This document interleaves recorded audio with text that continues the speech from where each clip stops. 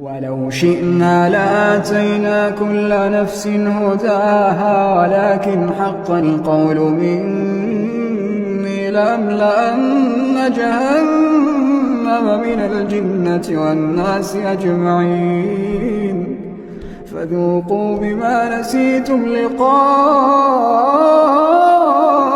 يومكم هذا